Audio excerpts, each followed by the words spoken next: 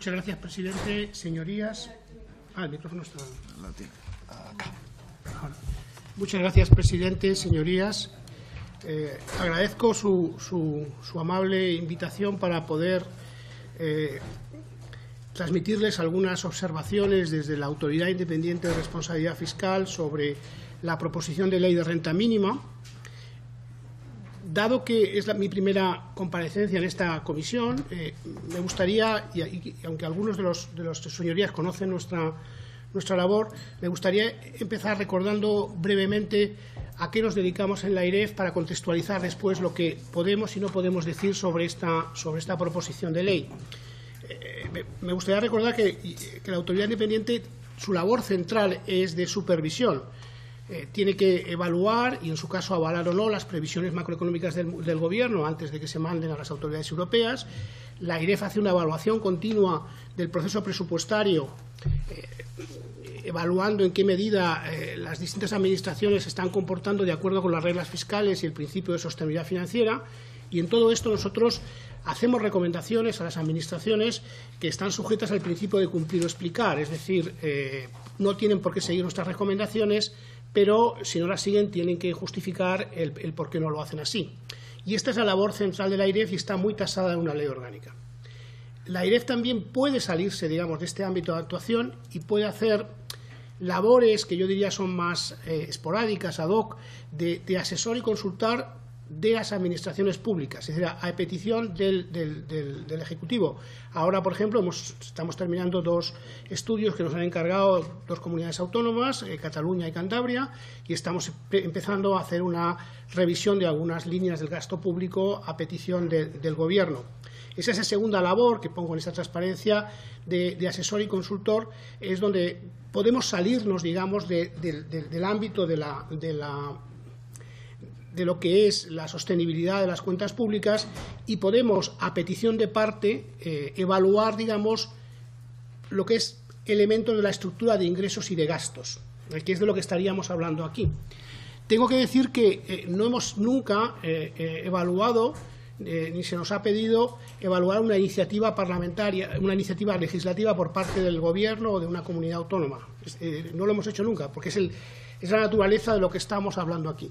También quería decirles que es verdad que en otras instituciones fiscales análogas a la nuestra en otros países esa función sí que es habitual y hay, estoy pensando el caso holandés, quizás es el más conocido porque llevan 50 años haciendo esto, la autoridad fiscal holandesa, y sí evalúan sistemáticamente iniciativas parlamentarias para proporcionar elementos objetivos y cuantificaciones que sustanten las decisiones. La legislación española no contempla esa petición y en su caso tendría que ser el Ejecutivo, el Gobierno, el que tomara la iniciativa. Lo digo porque en otro contexto, o si estuviéramos en otro país, probablemente mi comparecencia aquí, los detalles serían muchísimo más ricos y detallados, porque estaríamos preparados para evaluar esto, pero no lo estamos. Lo que no quiere decir que no se nos pueda encargar un estudio de estas características, pero por los canales que están muy reglados en la ley orgánica de la AIREF. Dicho esto, yo creo que en el tiempo que hemos tenido y en atención a esta comisión hemos puesto algunos elementos encima de la mesa que les puedan a ustedes ilustrar y ayudar en el proceso en el que están ahora de elaboración de esta ley. Y quería empezar básicamente haciendo como una reflexión sobre si realmente tuviéramos que hacer nosotros esta evaluación, porque fuera de la parte central de nuestra actividad, como hacen en otros países, instituciones análogas, ¿cuáles serían, digamos, los elementos que nosotros miraríamos? Después les voy a decir lo que hemos podido mirar de estos elementos, pero ¿cuáles serían los bloques centrales? En primer lugar, haríamos una revisión en profundidad de la literatura, el análisis conceptual, antes de entrar en la parte empírica. Miraríamos en profundidad la evidencia internacional, haríamos un análisis comparado, veríamos cómo se han comportado programas e iniciativas similares en otros países y tendríamos que sacar conclusiones de ese análisis fundamentalmente empírico. Después, en este caso, podríamos hacer un análisis empírico de los programas ya existentes, que los hay, tanto en la seguridad social como en las comunidades autónomas, y finalmente ya nos centraríamos en estimar desde una perspectiva hacia adelante, prospectiva, los posibles resultados de la proposición de ley, de sus posibles variantes y enmiendas, e intentar acotar la incertidumbre y los datos. Por lo tanto, en esta transparencia que hemos puesto aquí, refleja un poco cuál sería la aproximación que con tiempo nosotros haríamos si tuviéramos que embarcarnos, digamos, realmente en una evaluación de este tipo. Ahora les voy a decir lo que hemos podido recopilar estos días en estos 4 bloques. Cuando hemos ido al análisis conceptual o ver un poco cómo se podría abordar esto en la literatura, nos hemos encontrado que de alguna forma la proposición de ley se puede evaluar tanto desde una perspectiva de la literatura de renta mínima como incluso de renta básica o del impuesto negativo sobre la renta. Y aquí en esta transparencia hemos hecho una taxonomía de este tipo de iniciativas, mirando cómo pueden ser los destinatarios, si es universal la prestación o responde a criterios de renta, si es una prestación complementaria o reemplaza algunas existentes, la cobertura, la elegibilidad. Y ahora, miren, en esta transparencia hemos ido mirando la proposición de ley y mirando también alguna de las enmiendas, cómo caería dentro de esta taxonomía que hay en la literatura.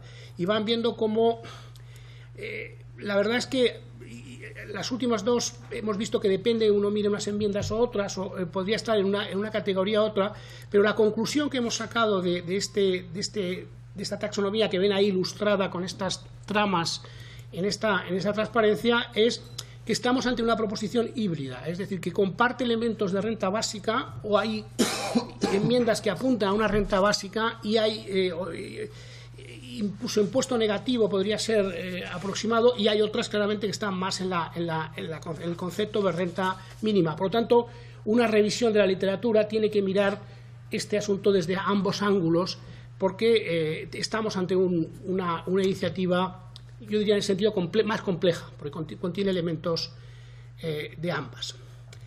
Vamos a ver el segundo elemento que yo creo que habría que mirar, que es la evidencia internacional.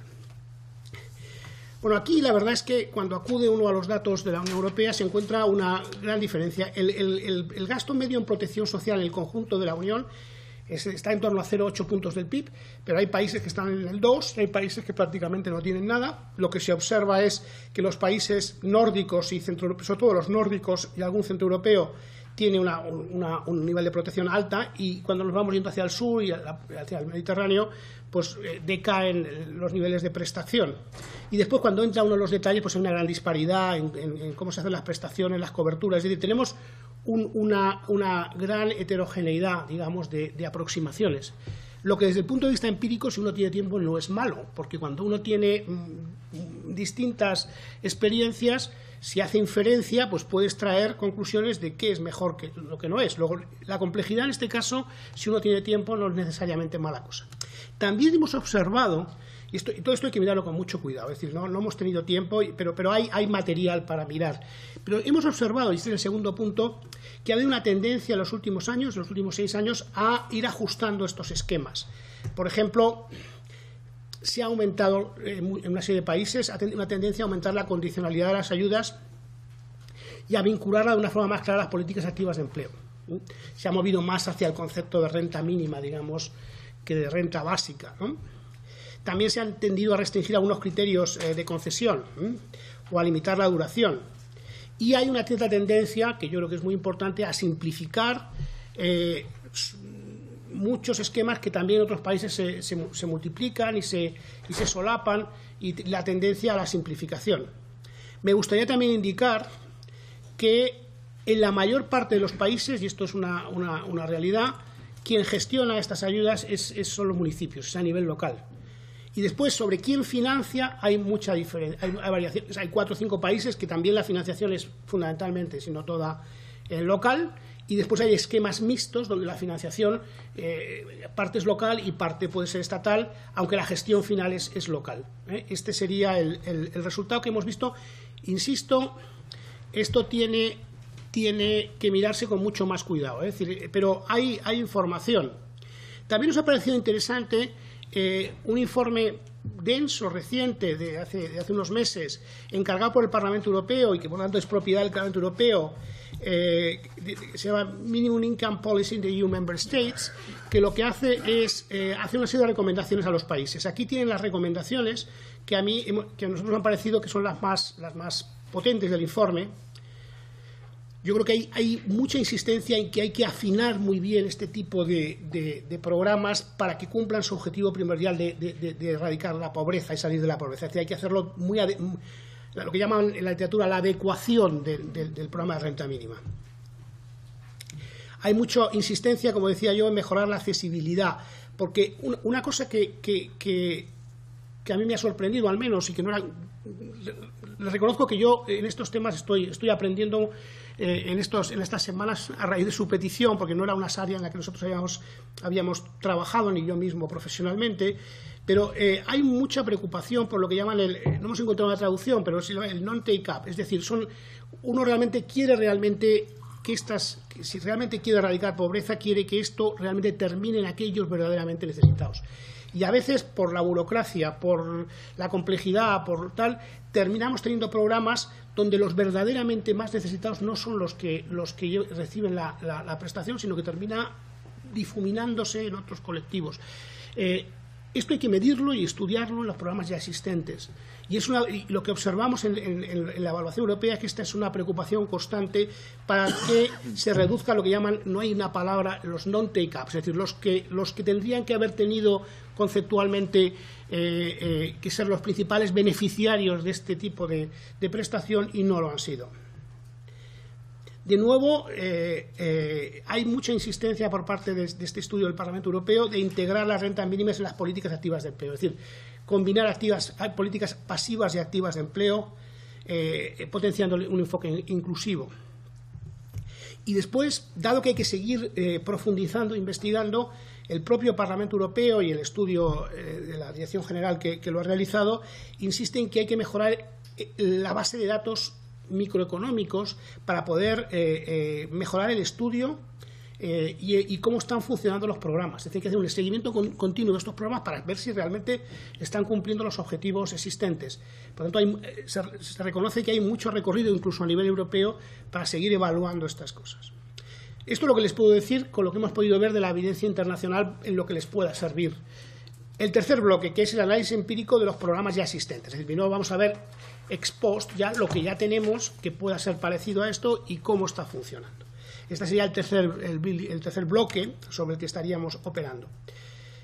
Bueno, esto que les voy a enseñar es un poco el recorrido, digamos, que tiene que hacer un individuo en España ante la multitud de prestaciones. Esto ya lo conocen, pero bueno, yo creo que es visual ver que una vez que se agota la prestación contributiva, existe la posibilidad de obtener un subsidio, siempre que se den esas circunstancias que aparecen en la transparencia. Se puede ir también directamente a una renta activa de reinserción, se puede pasar del subsidio a la renta activa de reinserción, de ahí se puede ir a un programa prepara o se puede ir a un programa un PAE, y las rutas son distintas, pero vemos que hay una ruta que no es muy lineal, ¿no? Puede ser no muy lineal. Esto es la fotografía de lo que tenemos en este momento en España, es decir, hay muchas prestaciones y estoy hablando de las prestaciones simplemente a nivel estatal. Y aquí hemos puesto las cifras encima de la mesa con las últimas estimaciones que hay de los cálculos. Estamos hablando que la prestación contributiva del desempleo es aproximadamente un punto del PIB y unos 700, en este momento algo más de 650.000 beneficiarios. La prestación de subsidios tiene una dotación de en torno a medio punto del PIB y 850.000 beneficiarios. Ya la renta activa de inserción, estamos hablando de 226.000 beneficiarios y un coste de unos 1.200 millones, y ya los otros más programas son más pequeños. En total, la parte no contributiva, las prestaciones no contributivas, estaríamos hablando de en torno a algo más de 1.100.000 beneficiarios y 0,6% del PIB. Pero después tenemos programas prácticamente en todas las comunidades autónomas. Lo que hemos hecho nosotros, aprovechando una serie de información que estábamos pidiendo a las comunidades autónomas, es que nos dijeran exactamente en estos programas cuánto pensaban gastarse, qué características tienen los programas y qué número de contribuyentes, de beneficiarios y coste fiscal, Y esta fotografía que aparece ahí es la que hemos elaborado y hemos intentado, en la medida de lo posible, dar datos promedios del año 16, 17 y lo que las comunidades autónomas esperan para el año 18. Casi todas nos han contestado, hemos llegado a tiempo, falta alguna, pero en ese caso la hemos sustituido con otra información. Yo creo que esta fotografía es una fotografía bastante precisa de la situación actual y verdaderamente, agregadamente, estamos hablando de unos 1.400 millones, 320.000 beneficiarios. Esta gráfica de aquí, esta línea lo hemos expresado para hacer las comparaciones de comunidades autónomas per cápita, es decir, es el dinero que se gasta una comunidad autónoma en este asunto, en este programa, dividido por la población de la comunidad autónoma, y vemos una variabilidad considerable de los programas. Y después, para que se hagan una idea, aquí abajo, estas cifras que aparecen aquí abajo, al lado de cada comunidad, es el porcentaje del IPREM que cubre cada uno de los programas. Y estamos hablando desde programas que están en torno al 120% a programas que están en torno al 70, 56, incluso alguna. Es decir, estamos hablando de programas de cobertura muy, muy diferenciada entre unos y otros. Y además, aquí hemos hecho nos daba tiempo a hacer este otro ejercicio, que es ver un poco la relación con el PIB per cápita. Aquí tenemos en este gráfico lo que hemos hecho PIB per cápita y un índice que es habitual en la literatura de estado del bienestar, donde combinamos tanto el número de beneficiarios que tiene el programa como la cuantía en porcentaje del gasto de la administración correspondiente. Es un índice sintético y aquí tenemos el PIB per cápita. Aquí vemos la fotografía y realmente la fotografía refleja también diferencias muy grandes desde el punto de vista, yo diría, de la posible efecto redistributivo transversal entre comunidades autónomas, que yo creo que es interesante. Sinceramente, yo no era consciente de esto hasta que lo construimos. Por resumir, ¿cuánto es el gasto anual en el año? Con los datos cerrados del año 2016, ¿cuál es el gasto anual del Estado y comunidades autónomas en programas de este tipo de renta mínima? Además de las contributivas del SEPE, que como hemos dicho es en torno a un punto del PIB, estaríamos hablando de 6 décimas del PIB en el caso de las no contributivas del SEPE, y esos 1.400 millones, algo más de una décima, no llega a 2 décimas en el caso de comunidades autónomas, con lo cual estamos hablando en total de 0,7 décimas. Además, los ayuntamientos gastan, hemos visto, en torno a 700 millones en este tipo de funciones. No son prestaciones no contributivas, son probablemente ayuda asistencial de distinta naturaleza que desde el punto de vista contable aparece más como bien gastos de personal o bienes y servicios, pero aparecen en las clasificaciones funcionales de los ayuntamientos, están asignados a esta función. Estaríamos hablando de otros 700 millones más. Esta es la fotografía de lo que se gasta en España en esta área. Cuando hemos mirado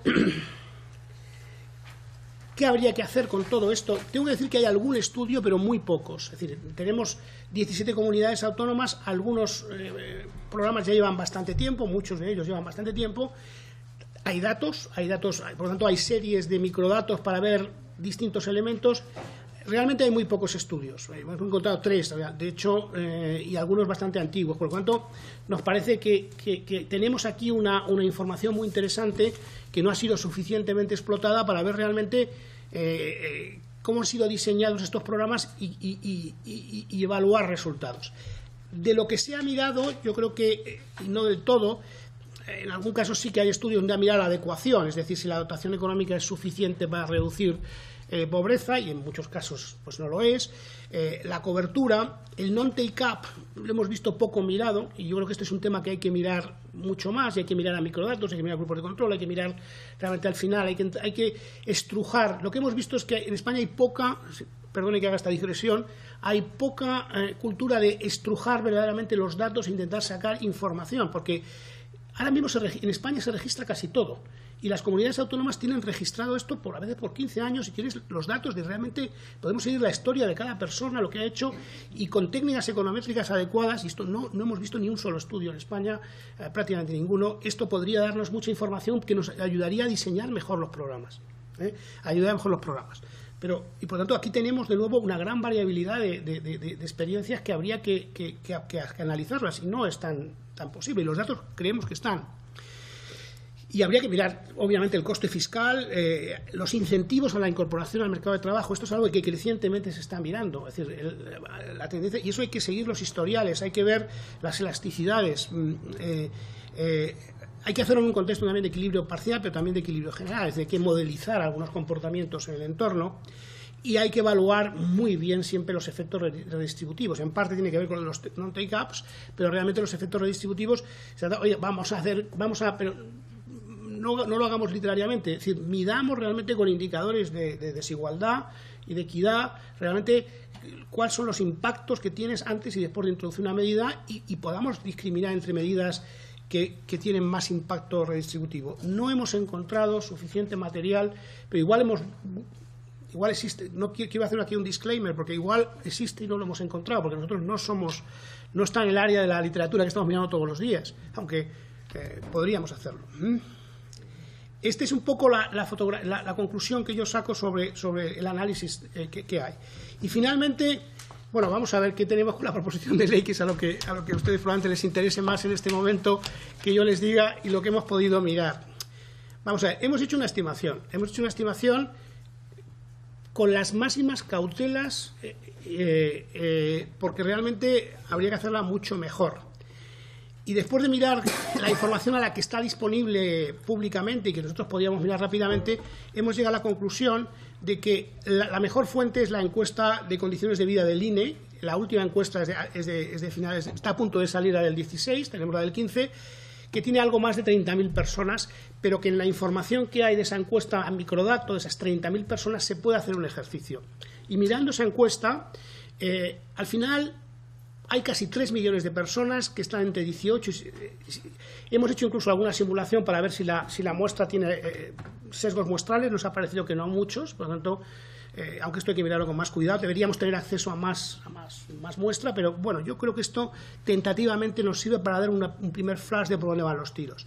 Es decir, estaríamos hablando de casi 3 millones de personas entre 18 y 65 años que declaran no estar parados y no haber trabajado en los últimos 12 meses. Ese es el primer arranque. A partir de ahí hemos filtrado por los registros que hay en la encuesta para aquellos que se aplican los requisitos, digamos, de renta que establece la proposición de ley, y ya pasamos de los casi 3 millones a una horquilla entre 1.900.000 y 2.200.000. ¿Por qué? Porque los registros no son inequívocos respecto a la renta en la encuesta. Entonces hay dudas para determinar la renta y nos da una horquilla. Y finalmente, de nuevo, hay un tercer filtro para pasar del siguiente requisito, que es el requisito del 75 del IPRAM a nivel de hogar.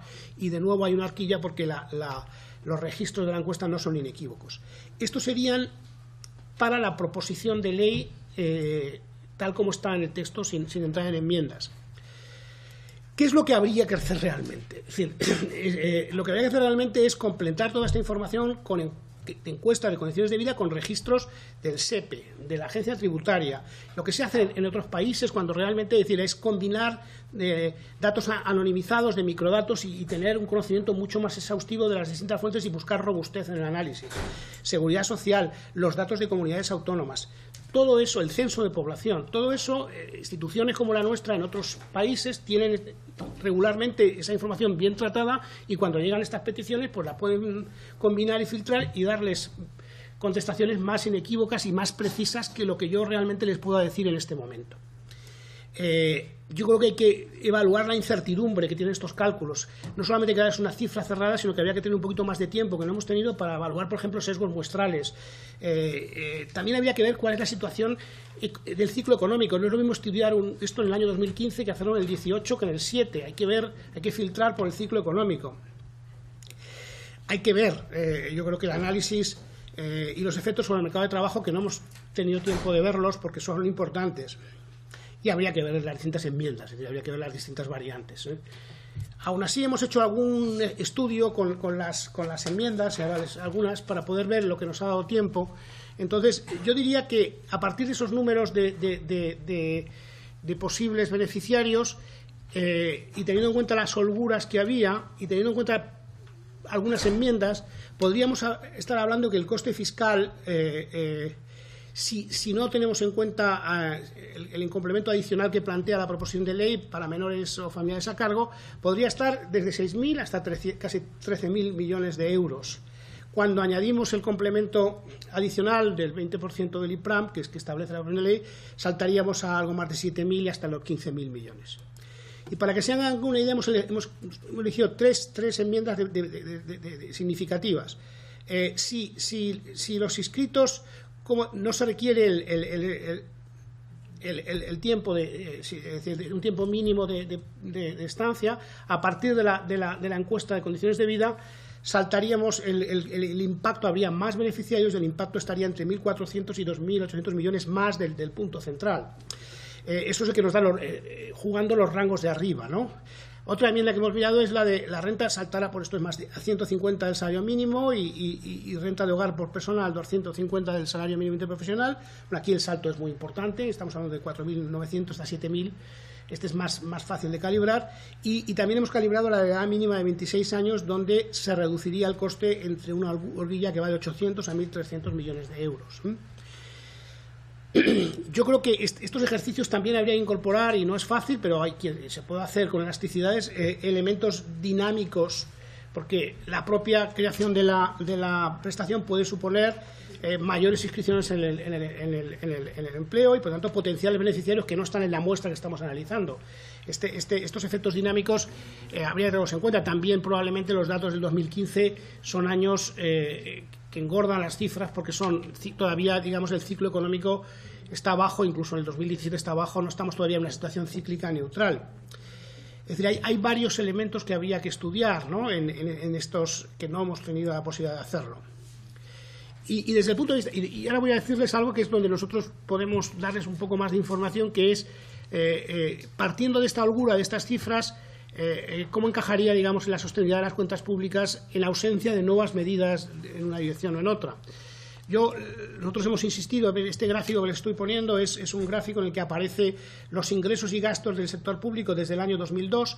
Siempre me gusta poner el 2002 porque el 2002 es un año cíclicamente neutral, por lo tanto es un buen punto de partida para comparar con el año 2020, que nosotros pensamos 19-20, que va a ser también un año cíclicamente neutral. Es decir, estamos en el año 2002 y el año 19-20 son dos años cíclicamente comparables y no muy distorsionados por una economía que esté muy fuerte o muy baja cíclicamente.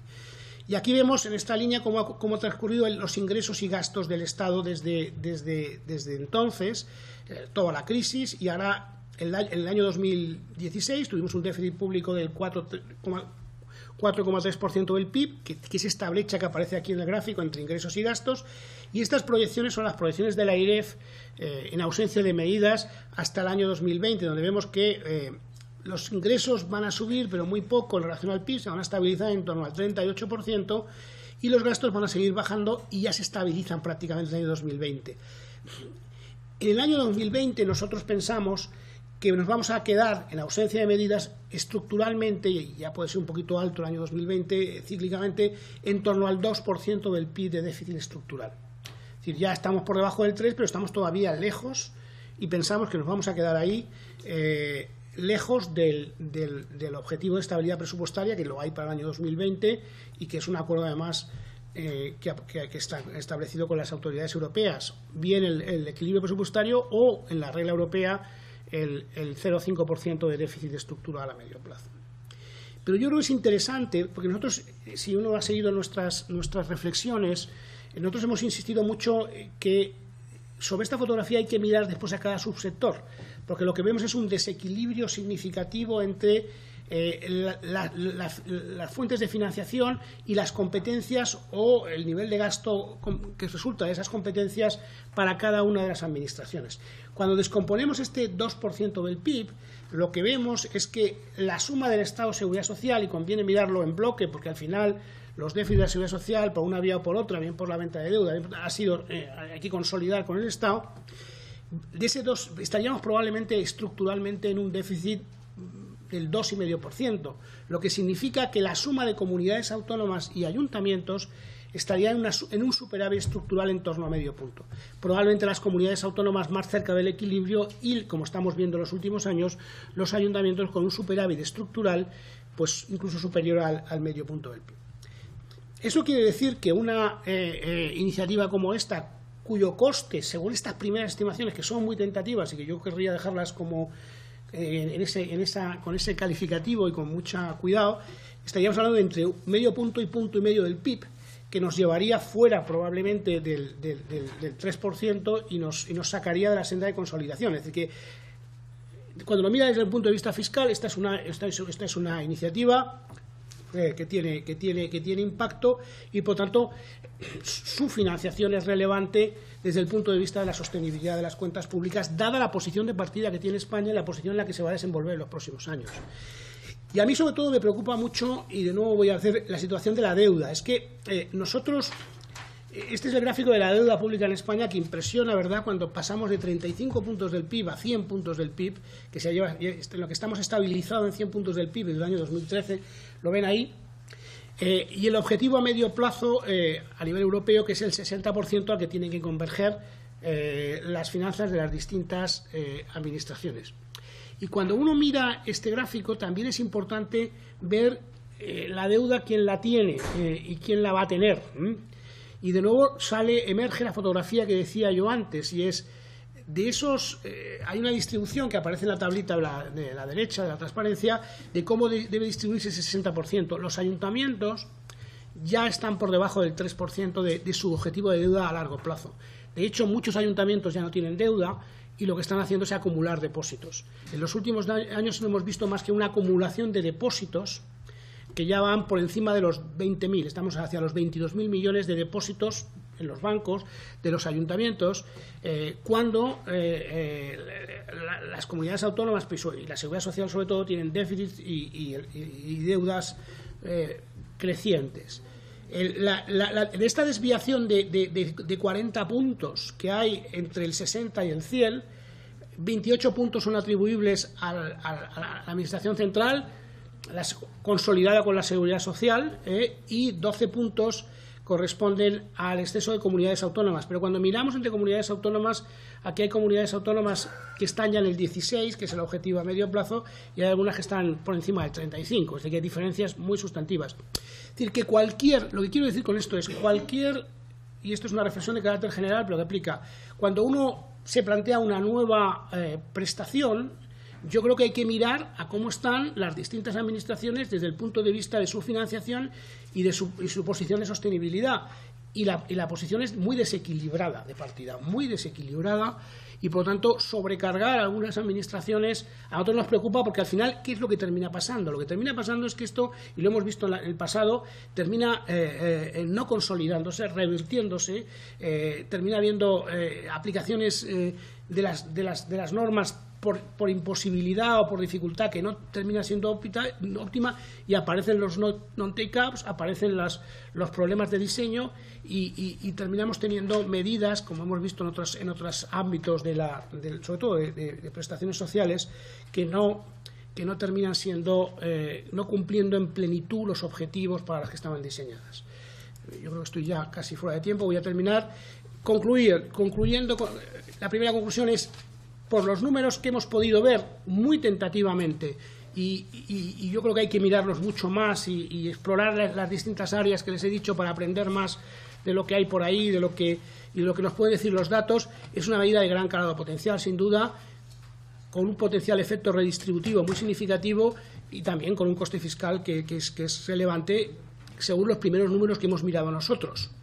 Las enmiendas, además, que hemos podido ver, y no hemos podido evaluarlas todas, pero las que nos han parecido más significativas, también son sustantivas, es decir, no son en ambas direcciones, desde el punto de vista de la adecuación de la norma y del punto de vista fiscal.